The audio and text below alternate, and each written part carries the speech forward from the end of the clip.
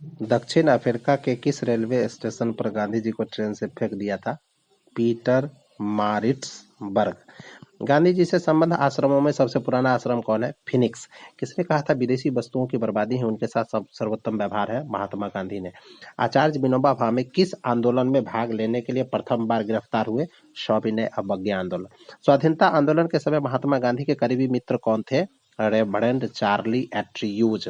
महात्मा गांधी की मृत्यु के समय किसने कहा था हमारे जीवन से प्रकाश चला गया है? जवाहरलाल नेहरू। गांधी जी को वन मैन बाउंड्री फोर्स किसने कहा था? माउंटबेटन ने। गांधी जी ने दांडी मार्च के समय साबरमती आश्रम में किस विदेशी पत्रकार को ठहराया था? Babe Miller. 1929 में खुदाई खिदमतकार को किसने संगठित किया? अब्दुल गफ्फार खां। किस घटना के बाद महात्मा गांधी ने असहयोग आंदोलन को अपनी हिमालय जैसी भूल बताया? चौरी चौरा कांड। चौरी चौरा की घटना के समय गांधी जी कहाँ थे? बारदौली में।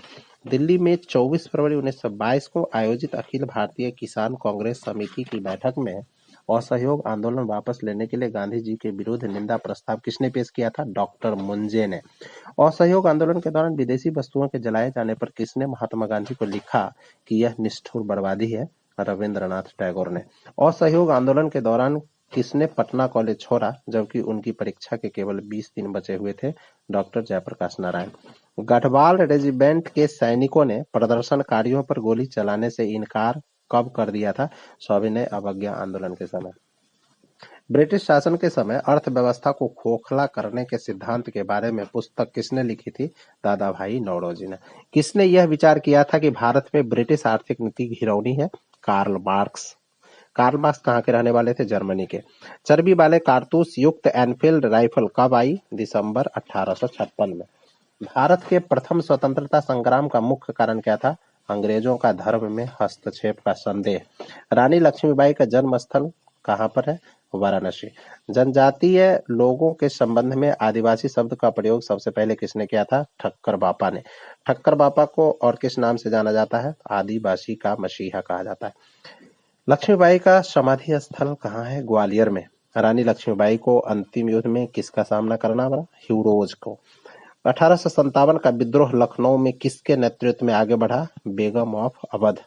इलाहाबाद में 1857 के संग्राम का नेता कौन था? मौलवी लियाकत अली। 8 अगस्त 1942 भारत छोड़ो आंदोलन कहां से प्रारंभ किया गया? बंबई से। भारत में त्रिस्तरीय शासन व्यवस्था का प्रस्ताव किसने दिया था?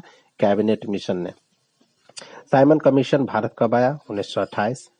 क्रिप्स मिशन भारत कब आया? 1942। कैबिनेट मिशन कब बना? 1946।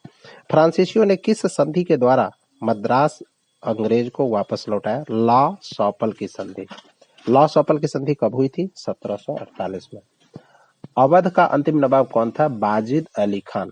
किसने पलासी के युद्ध में सिराजुद्दौला को पकड़ा और फांसी पर लटका दिया? मीरन ने। मीरन जो कि मिर्जाफर का पुत्र था। जननायक कर्पूरी ठाकुर का जन्म कब हुआ? 24 जनवरी 1924 को पितौझिया में। गांधी जी ये जननायक कर्पूरी ठाकुर की मृत्यु कब हुई? तो 17 फरवरी 1988 को पटना में। कर्पूरी ठाकुर की मृत्यु कितने वर्ष की आयु में हुई? तो 64 वर्ष की आयु में।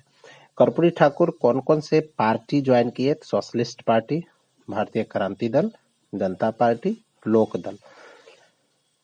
कर्पूरी ठाकुर सबसे पहले एजुकेशन मिनिस्टर कब बने? एजुकेशन मिनिस्टर के पोस्ट पर ये 1967 से 1968 तक रहे। 1967 से 1968 के समय ये डिप्टी सीएम भी रहे और ये बिहार के 11वें मुख्यमंत्री के रूप में 1970 में शपथ ली और 1970 से 1971 तक वे पहली बार बिहार के मुख्यमंत्री रहे। फिर 1977 से 1979 तक ये बिहार के दूसरी बार मुख्यमंत्री बने और कर्पूरी ठाकुर को भारत रत्न अवार्ड से 23 जनवरी 2024 को नवाजा गया। आरपीएफ जो कि रेलवे प्रोटेक्शन फोर्स है उसका नया नाम क्या है? IRPFS। I for Indian, R for railway, P for protection, F for force, S for service. यानी भारतीय रेलवे सुरक्षा बल, Indian railway protection force service. BPSC के नए चेयरमैन का क्या नाम है? आमिर सुबहानी।